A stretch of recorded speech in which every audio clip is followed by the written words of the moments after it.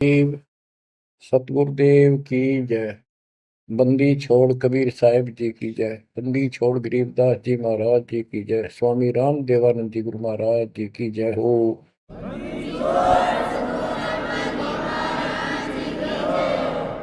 सर्व संतों की जय, सर्व भक्तों की जय, धर्मी पुरुषों की जय।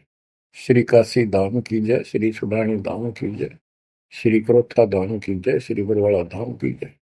सत साहिब परम पिता परमात्मा कबीर जी की सीम कृपा से बच्चों आपको सूक्ष्म वेद का ज्ञान प्राप्त है।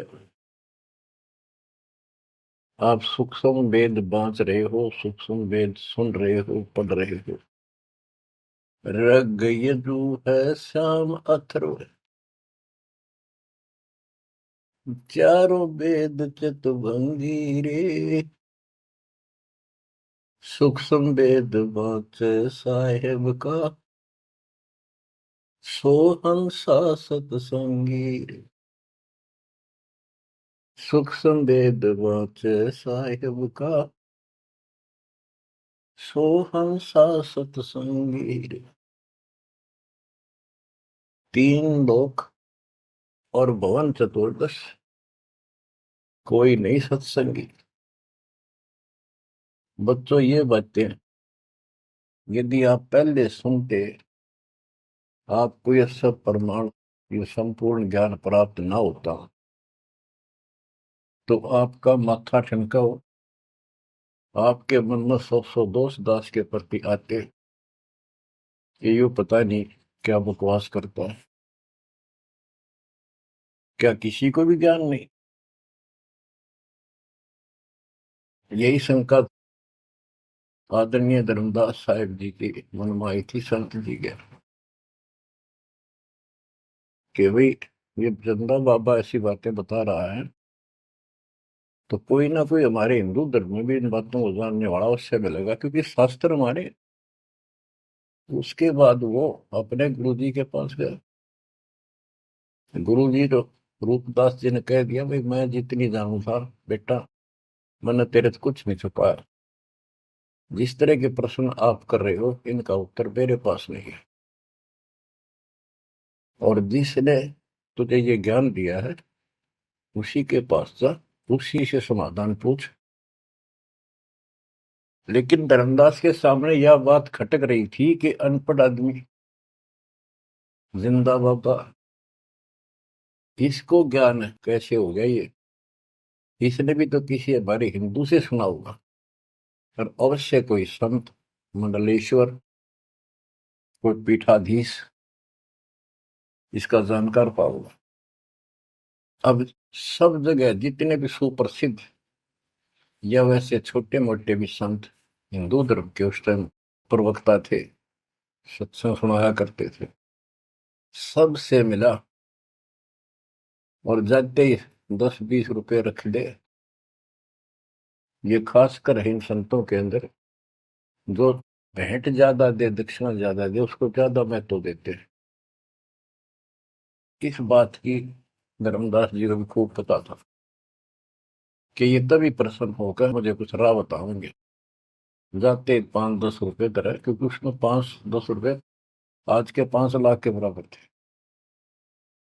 वहां तो एक पैसा भारी होता था उस समय। सबसे प्रसन्न कर लिए, किसी के पास इस तरह बात नहीं थी। श्री कृष्ण विष्णु भगवान है, सारी सृष्टि के रचनहार हैं, इनके कोई माता पिता नहीं, ये आपो आप है, स्वर्ग से ऊपर कोई स्थान नहीं।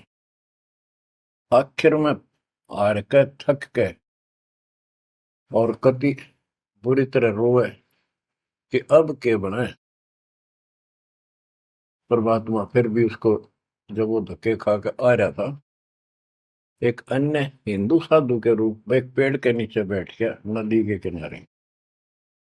5-7 भगत और बैठे थे उसके पास। जिज्ञासु वैसे ही बाबा भी चलता फिरता था। धर्मदास जी के रास्ता उसके साथ से था, उसने सोचा चल आगे, आगे चल। इसे मंडलेश्वरों के पास घूमे। साधु का रूप दाता ने बना रखा था। फिर मालिक की प्रेरणा अपने बच्चे को लेना था सर। उसी समय प्रेरणा हुई कि काफी देर से चल रहा हूँ, विश्राम भी करना है, यही कर लेता हूँ और इसकी तलाशी भी ले लेता हूँ। वहां बैठ गया जाकर और बैठे थे, इतना तो बोलना को नहीं। वो दूसरे उठ कर चले गए। जब एकला रह गया, परमात्मा बोले, धर्मदास खोज लिया तत्व ज्ञान, मुझे बता दे कि मिला होता कितना। आंखें फटी की फटी रह गई। मालिक उसी समय उसी रूप में आ गए। बच्चों, इस नरक से निकालने के लिए उस मालिक ने अपने एक बच्चे के लिए कितना कुछ करना पड़ा, कितने खाड़े कर दिए।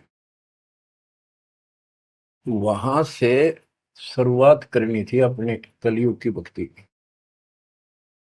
और वो अच्छी आत्मा थे, भगवान के बच्चे थे, पूर्व जन्म के संस्कारी मालिक के थे।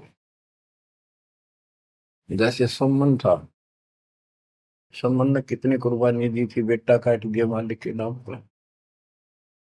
अब उसके लिए खाड़े करे थे परमात्मा ने, कहाँ कहाँ कैसे बंदी बने, कोड़े खाए, उसकी सेल बिस्तर बिछाए।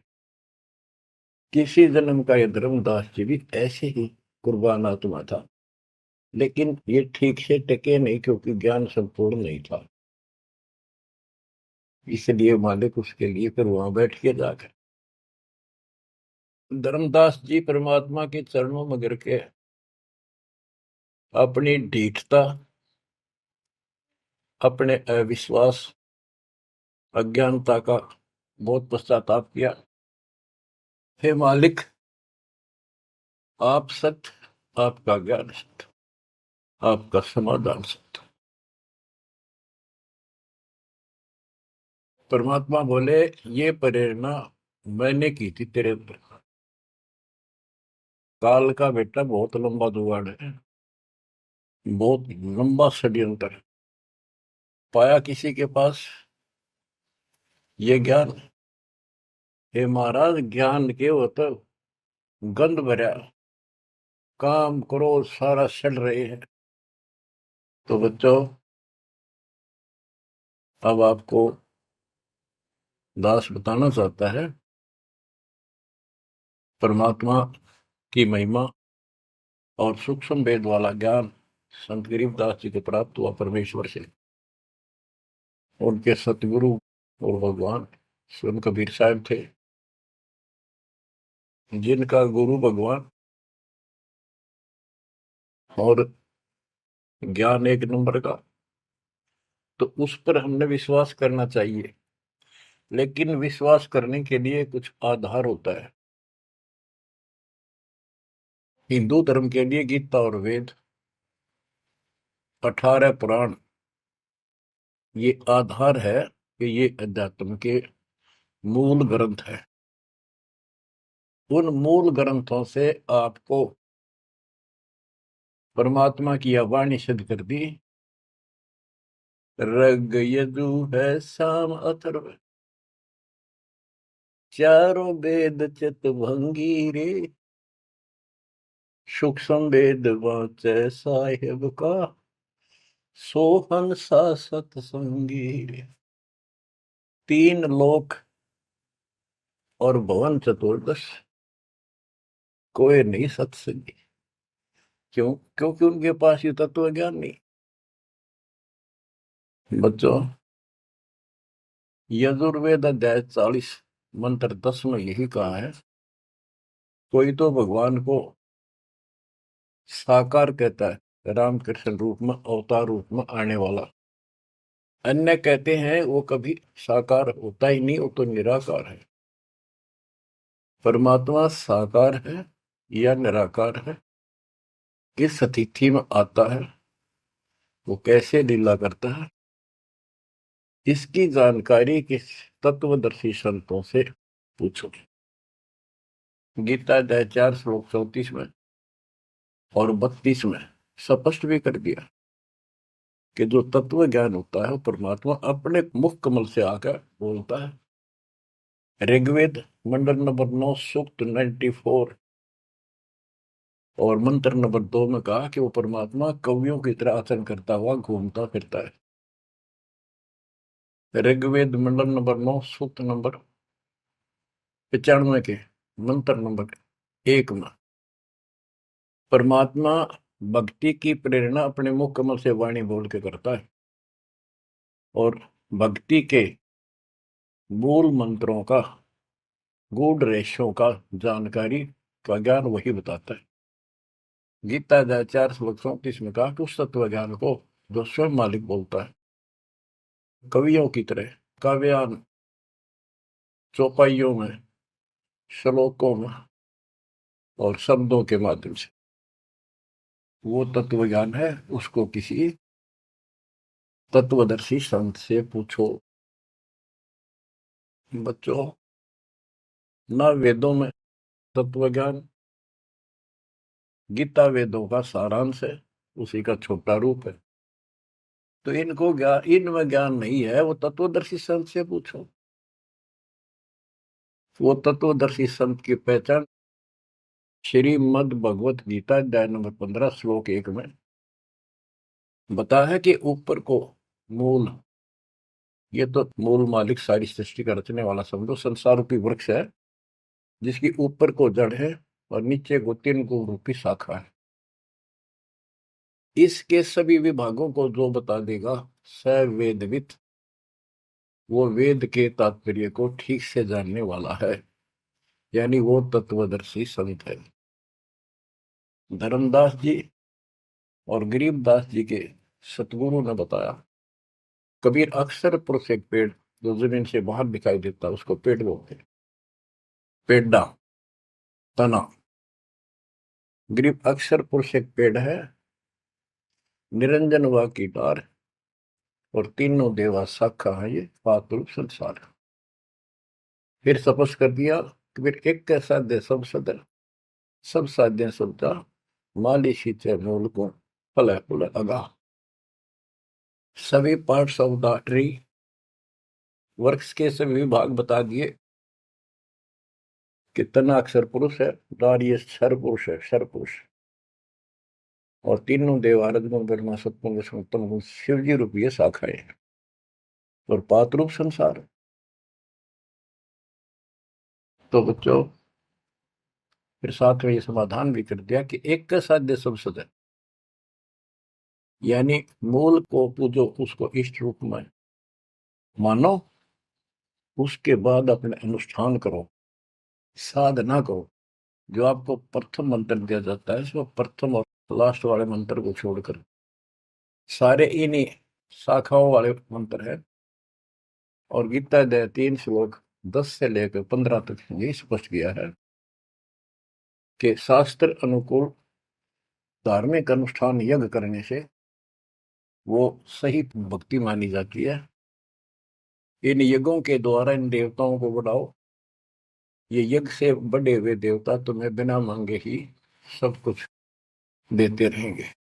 और उस परम अक्षर पूर्ण परमात्मा को इष्ट रूप में प्रतिष्ठित करके फिर सारे धार्मिक अनुष्ठान करो।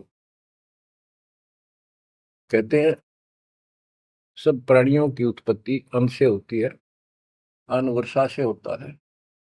वर्षा शास्त्र विहित, शास्त्र में प्रमाणित धर्म कर्म यज्ञ करने से होती है। और कर्म लगाए ब्रह्म ने, क्योंकि सबके लोक माए तक काम करके खाना पड़ा, सतलोक में कोई काम नहीं था, बैठा सब फ्री मिला था। जैसे आप सतलोक आश्रमों में जाते हो, आपको सारा बना बनाया मिल रहा है, हरखा और भक्ति करो, सत्संग सुनो और आ जाओ। फिर बताया है कि सभी प्राणियों की उत्पत्ति अन्न से होती है, अन्न वर्षा से होता है। वर्षा शास्त्र विहित, शास्त्रों के अनुसार किए गए अनुष्ठानों से होती है, यज्ञ से होती है। और यज्ञ शास्त्र अनुकूल कर्मों से होती है। कर्म लगाए ब्रह्म ने, ब्रह्म की उत्पत्ति हुई अक्षर पुरुष से, और अक्षर पुरुष यानी अक्षर का अर्थ यहाँ पर अविनाशी है, और जहां पर प्रकरण होता है एक से अधिक, अक्षर का अर्थ ही अविनाशी होता है। लेकिन सरपुरुष अक्षर पुरुष, सरपुरुष ब्रह्म है, ये काल है, 21 ब्रह्मांड का स्वामी। अक्षर पुरुष 7वें ब्रह्मांड का स्वामी। और फिर परम अक्षर ब्रह्म क्यों कहा, परम अक्षर पुरुष, कि वो सब का मालिक वो है। तो इस प्रकार इस आध्यात्मिक ज्ञान को समझना है, और उस परम अक्षर ब्रह्म को योगों में प्रतिष्ठित करके सारे अनुष्ठान करने चाहिए, तब सफलता हो। कबीर साहब ने बताया, कबीर एक कैसा दे सब सदे, सब साध्य समझा, माली सींचे मूल को बुलागा। पुण्यात्माओं, इससे सिद्ध हो गया कि किसी के पास भी वेदों से हटकर ज्ञान नहीं था, और वेदों में वो ज्ञान है ही नहीं जिसकी हमें जरूरत थी। इसलिए क्या रहा, अब इसके ऊपर चलेगा सत्संग शेष, संत गरीबदास जी की अमर वाणी, अथ कथनी बिना करनी का होगा। इसमें से कुछ वाणी सुनाएगा दास। जैसे आपको बताया गया कि काशी विद्यापीठ पढ़कर ब्राह्मण आते थे, उनको विद्वान माना जाता था, उनकी दुकान बढ़िया चला करती थी यहाँ भोले समाज में।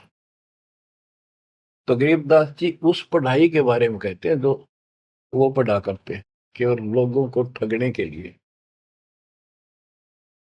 गरीब पढ़ना गुणना चातुरी, यह तो बात सुगम, सत सुकृत और बंदगी, या है बात अगम।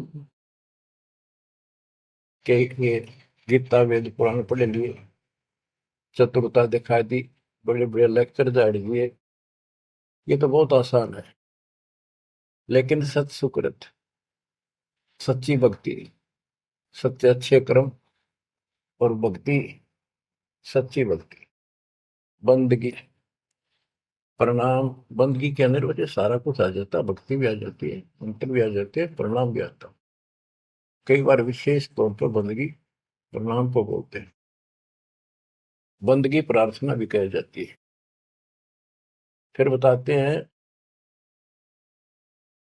कि सत्य सुकृत, अच्छे कर्म और बंदगी, परमात्मा की स्तुति, नमस्कार, प्रणाम, भक्ति, सच्चे ढंग से पूरे गुरु से प्राप्त करके तत्व ज्ञान के आधार से करना, यह है बात अगम। ये ऊंची बात है, आगे की है, बहुत सबसे आगे की, सबसे श्रेष्ठ। गिर पड़ना गुनना रोग है, उलझे दुनिया माही, 52 अक्षर में बंद रहे, आगे की सुध नाही। संस्कृत भाषा के 52 अक्षर बताए। इसको इसलिए सिद्धार्थ कहते हैं जो संस्कृत से सीमित है, इन ग्रंथों तक सीमित है, इनमें वो ज्ञान है नहीं। ये उलझे दुनिया में, ये 184 के चक्कर में रह गए। गरीब पढ़े गुणे पावे नहीं, अनपढ़ने से न्यार, अकोचर छंद है, कैसे पावे पार। कहते पढ़े गुणे पावे नहीं, अनपढ़ने से न्यार, यानी जो चतुरता दिखाने के लिए पढ़ते हैं वो कभी नहीं परमात्मा प्राप्त कर सकते, ना वो ज्ञान मिले। अनपढ़ने से न्यार, के बिना पढ़े भी बात नहीं बने। अब जैसे आप अक्षर ज्ञान प्राप्त कर रहे हो, आप भले ही अपनी रोजी रोटी के लिए कर रहे हो, लेकिन अब इस पढ़ने से आपको अपने मूल ग्रंथ समझ में आ जाएंगे। ये सूक्ष्म वेद है, इसके अंदर जो गूढ़ रहस्य है वो अन्य वेदों से भी उत्तम और गहरे हैं। इसमें कह दिया पढ़े गुणे पावे नहीं, यह पढ़ाई है वो तो मूर्ख बनाने की। अनपढ़ने से ना, जो नहीं पढ़े वो भी दूर रहेंगे। हमारे को अक्षर ज्ञान नहीं था, इसलिए हम इन चतुर लोगों की बातों में फंसे रहे। गरीब वेद कथें चित चूक है, मन में मान मरोड़,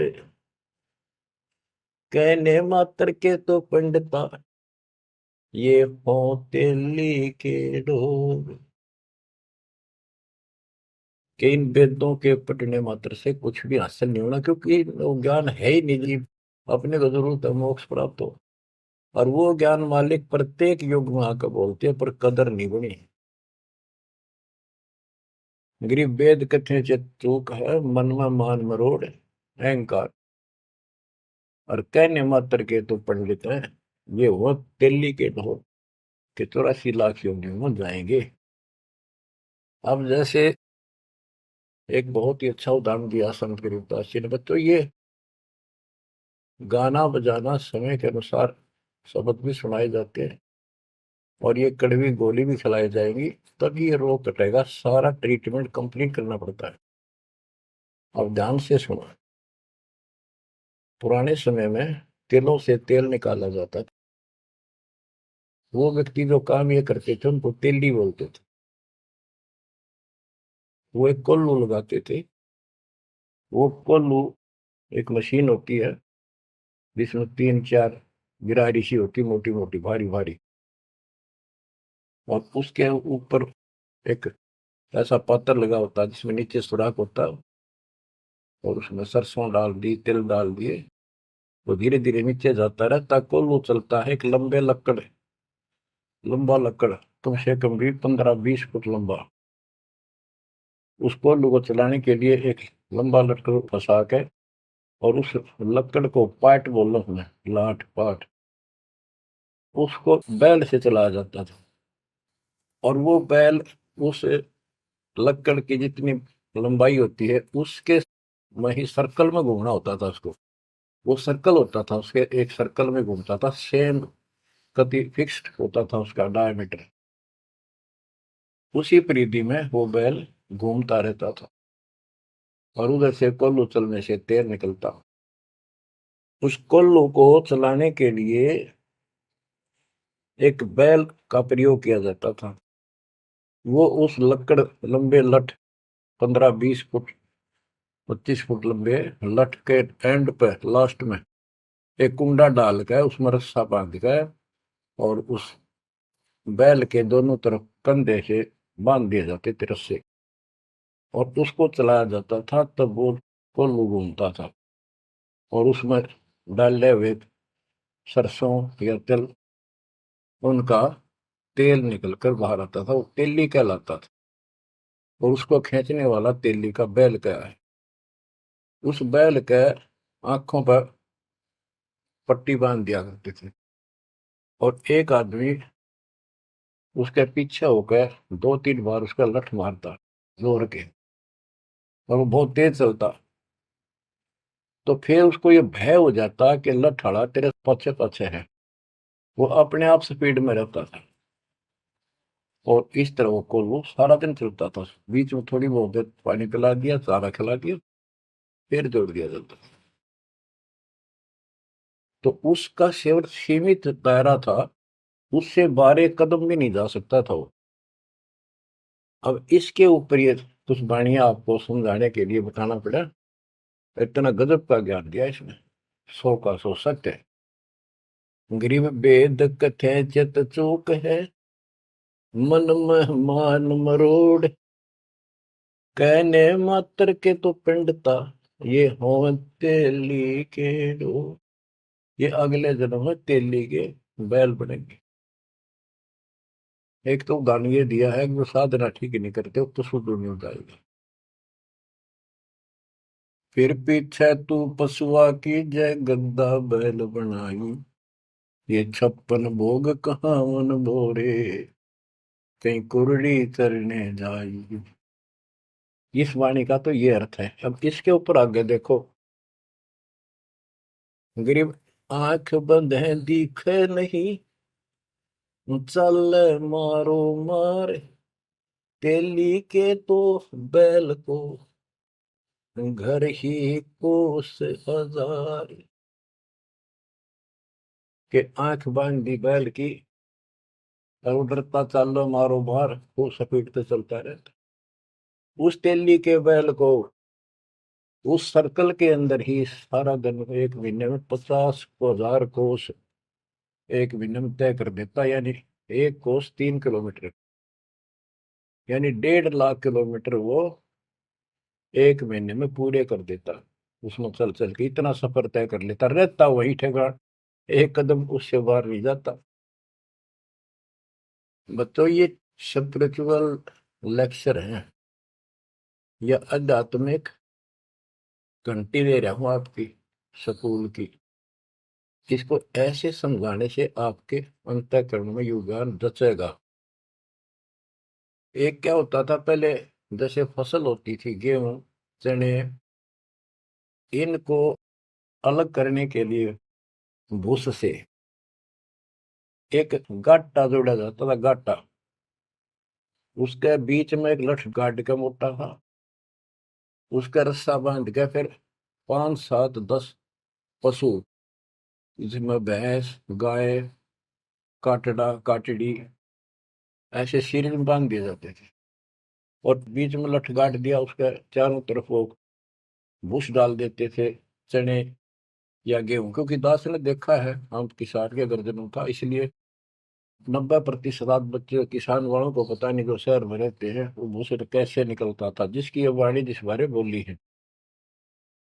अब तो मशीनों से निकल जाता है, कट कट कट कट 1 घंटे में। पहले महीना महीना लगे रहा करते। दास का जन्म ऐसे समय में दिया दाता ने जब वो 5505 निकट आ रहा था, और वो पिछला प्रोसेस सारा पता है जो एक वाणी में बोला गया है। दास को समझने में आसानी रही, आपको समझाने में आसानी होगी। तो उसको हम तो गाटा बोला करते, गाटा जोड़ रखे। वो सारे पशु एक लाइन में चलते रहते, चारों तरफ घूमते थे, जैसे तेली का बैल घूमा करता। ये उस फसल को काटने के लिए उनके पैरों के नीचे वो फसल कट जाती, छोटा छोटा तूड़ा भूस बन जाता। फिर उससे गेहूं चने अलग कर लेते और भूस अलग हो जाता। उसको गाटा बोला करे। और पलवल साइड इधर फरीदाबाद साइड में उसको धाए बोलते थे, धाए।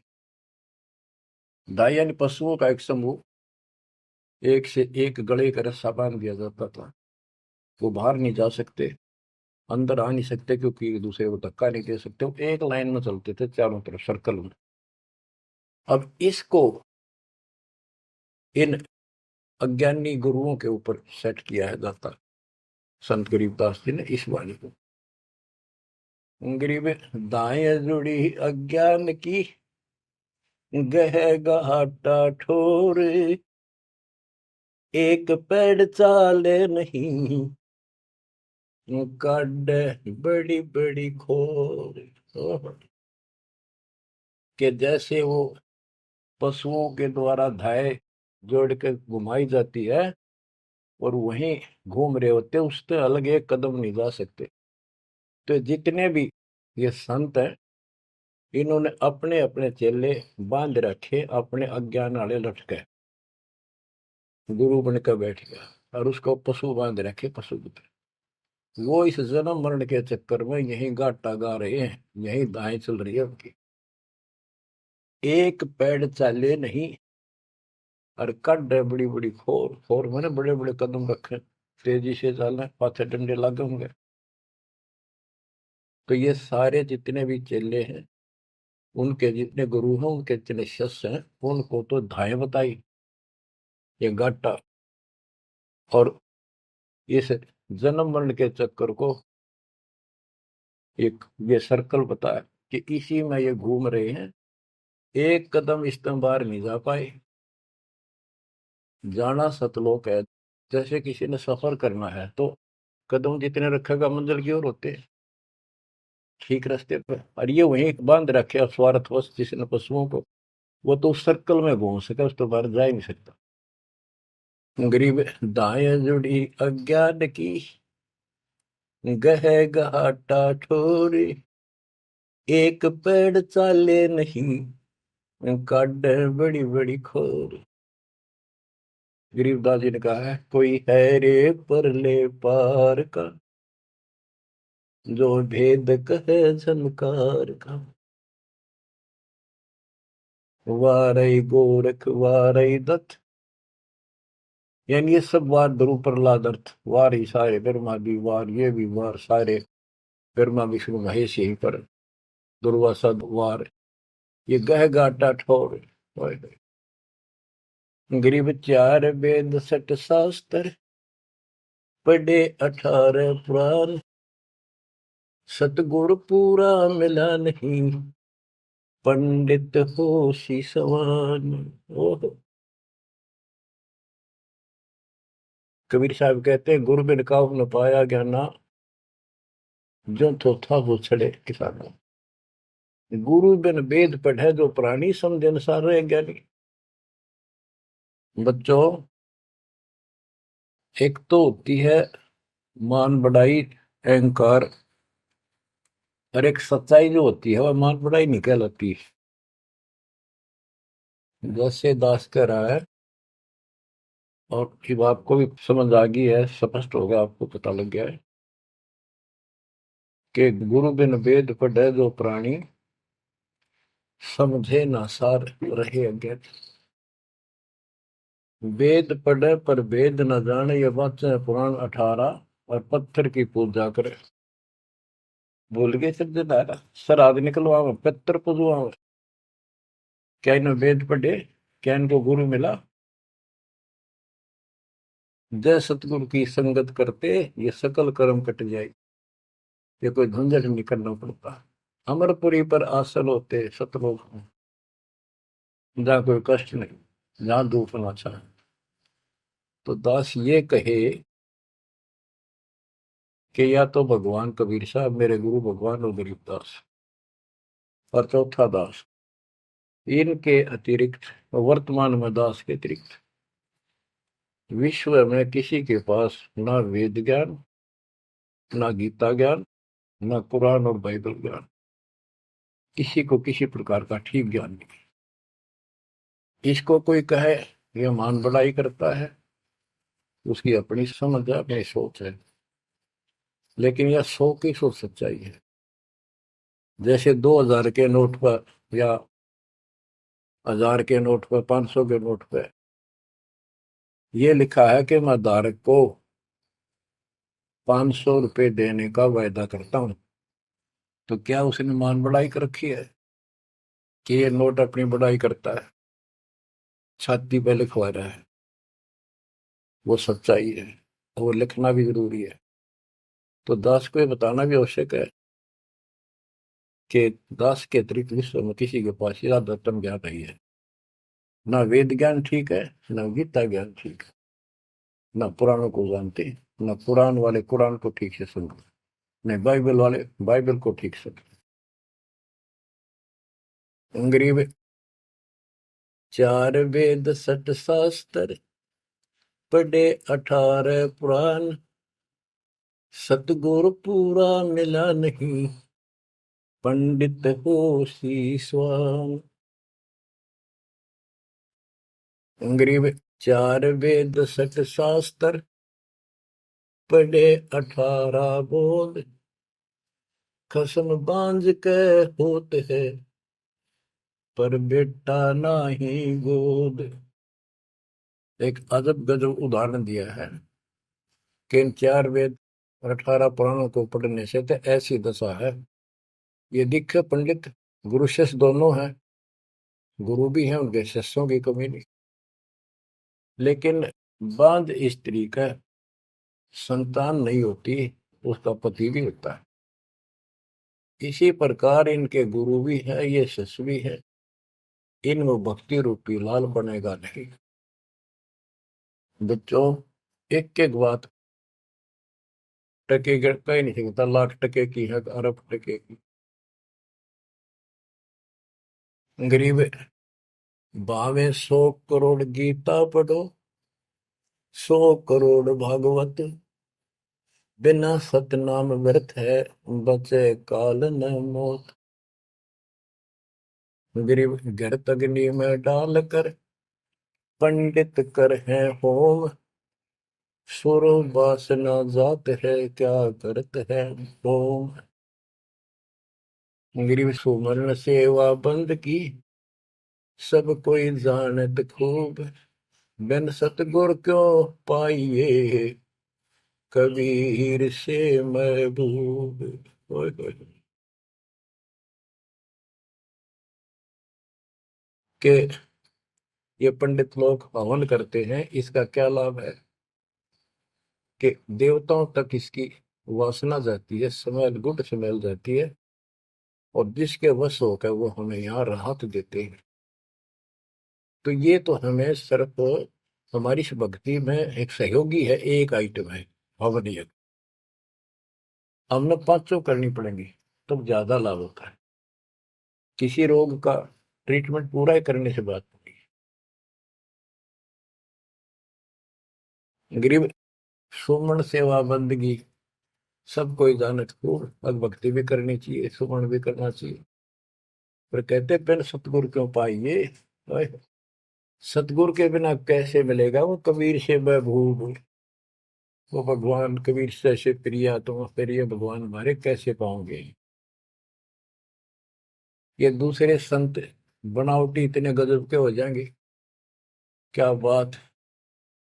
सिर पे उस्तरा करा लिया, माथे पर 3 तिलक, माला 4-5 डाल ली, लाल भगवा वस्त्र धारण कर लिए, और बैठ जाते हैं कतिया करके। गरीबदास जी कहते हैं, गरीब कोरा कलश कुम्हार का, ऊपर चित्र अनूप, वस्तु नीति समझ है जैसे जलवन को। ऊपर तो ढूंढा साध का, अंतर रख्या खो। ऊपर तो साधु दिखे गजब का, बनावटी सी जबरदस्त जबरदस्त, जैसे कुम्हार का, यानी कोरा कलश कुम्हार से लाए, उसके ऊपर कितनी अच्छी चित्रकारी होती है, और उसमें जल है, नीचे चट है उस चित्रकारी में। ऊपर का दिखा करनिया जो संत ऐसा है जिसके पास यथार्थ ज्ञान नहीं है, वो तो ऐसा है जैसे कोरा कलश कुम्हार का, ऊपर चित्र अनूप, वस्तु नीतिस्मद है, जिसके लिए लाए तो जल है नहीं मीठा, और जैसे जल बिन कुआं, जैसे कुआं बिना पानी का के काम।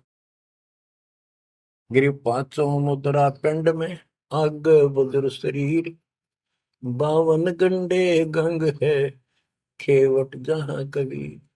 कहते ये शरीर, स्थूल शरीर में 5 मुद्रा है, उन्मनी खेचरी भूतरी चाचरी आदि, और इससे आगे बदर शरीर है, सूक्ष्म शरीर और है। कहते उससे पार करने के लिए सतगुरु कबीर साहब का सच्चा गुरु मिलेगा जो बात बनेगी। गरीब नाम सार है निर्मला, सार नाम ये निर्मल है, पाक नूर निर्वाण, दास गरीब कबीर को भक्ति दी है दान। बच्चों, ये अमृत वचन है, बहुत गूढ़ और गहरे है, और आपके लिए जैसे गीता उंगलियां पर उठवा दी, वेदों का सार निकाल के आपके समझ रख दिया। छोटे छोटे बच्चे समझ रहे इस बात को, जो तीसरी चौथी कक्षा में पढ़ रहे, और जो इन काशी विद्यापीठ में पढ़ने वालों के आज तक समझ नहीं आई। तो who is Guru, who is सतगुरु, और हु इज गॉड, ये आप अच्छी तरह समझ चुके हो बच्चों। परमात्मा आपको इतना दृढ़ कर दे जैसे सम्मन ने की और सेऊ थे, आप इतने दृढ़ हो जाओ, गरीब महिमा की जय संत की, तन मन धन सब दे, सिर मांगे टाला नहीं, मोर ध्वज लग ले। यानी ऐसी परिस्थिति परमात्मा के प्रति, किसी परिस्थिति ऐसी आ जाती है तो मालिक से दूर नहीं हो, कितनी ही कठिन परिस्थितियों से गुजरना पड़े। आज हम थोड़े से कष्ट को देखकर भगवान से दूर हो गए, फिर अगले जन्म में क्या होगा फिर पीछे तू पशुआ की जय गद्दा बैल बनाई, ये 56 भोग कहाँ मन भोरे, कहीं कुरड़ी चरने जाई। आज कोई ना कोई बहाना काल कर देगा सत्संग से उठने का, आलस कर देगा, कोई काम अड़ा देगा, या वैसे आत्मा किसी पाप के कारण रोगी हो जाती है तो अरुचि बन जाती है सत्संग सुनने में या सुमरण करने में, दान की इच्छा समाप्त होती चली जाती है, सेवा में रुचि नहीं रहती। तो उस समय के लिए ये याद रखो, आज हम मानव हैं, अपनी मर्जी से कितने आलस कर लें और कितने भगवान से दूर हो जाए, स्वतंत्र है। और कल को गधे बन गए, बैल बन गए, नाक में नाथ गल जाएगी, या 2.5 मन का कमर के ऊपर एक थैला होगा गधे के, तो आलस तो उसमें भी होगा। मन तो यही है। कई कहते हैं मेरे से नहीं होती सेवा, चलो कोई बात नहीं, सेवा तो करनी चाहिए, सेवा से दूर नहीं होना चाहिए। तो मन तो वहां भी दुखी करेगा, गधा अपने पास से भी सोचेगा कोई कि पटक दूं बोरे ने, घेर दूं, डाल दूं। एक आदि पर गधा ऐसा भी कर देता है, फिर उस पर ज्यादा भार लादा जाता है और लठ भी पड़ते हैं, फिर वो सीधा चलता है। इसलिए इस मन पापी को आत्मा यही समझा सुलझा ले, दाता से दूर ना हो। इस संसार में सुख नाम की चीज नहीं है। यदि सुख होगा, या जो नकली सुख भी अगर चाहिए तुम्हें यहाँ का, तो भी दाता के चरणों में मिलेगा, रहोगे तो मिलेगा। इससे दूर होकर कुछ दिन जो ये समय आप भक्ति कर चुके हो, सच्ची मर्यादा में रहकर, वो आपकी बैटरी सी चार्ज होगी जैसे इन्वर्टर की हो जाती है, और फिर चार्जर हट गया, वो बैटरी फिर भी काम करती रहेगी और ऐसा लगेगा कि बिल्कुल सब कुछ ठीक ठाक है, कोई फर्क नहीं पड़ा, चार्जर भी हटा दिया। जब तक वो संग रह सकती है, एनर्जी है बैटरी में, वो काम पूरा करेगी। जब वो एनर्जी खत्म हो जाएगी, आगे संग्रह हो नहीं रही, तो एकदम ही वो सब सुविधा बंद हो जाएगी, पंखा भी बंद, बल्ब भी बंद, और भी कार्य कर रहे होंगे, कंप्यूटर भी बंद, फिर बहुत देर हो चुकी होगी। इसलिए इन सब बातों को ध्यान रखो, याद रखो।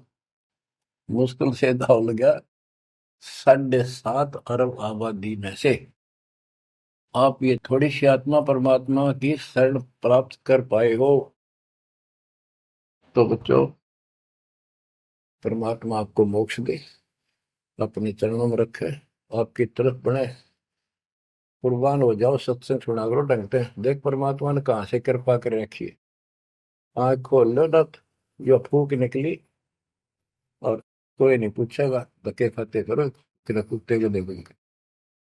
परमात्मा साथ इसलिए होगा कि हमारे और कामों में विशद करेगा। इसलिए मालिक पर ज्यादा ध्यान दो, काम करो, काम न को मना करे, उस काम में बरकत भी आप मिलेंगे। दाता आपको मोक्ष दे, सदा सुखी रखे, सत्साई।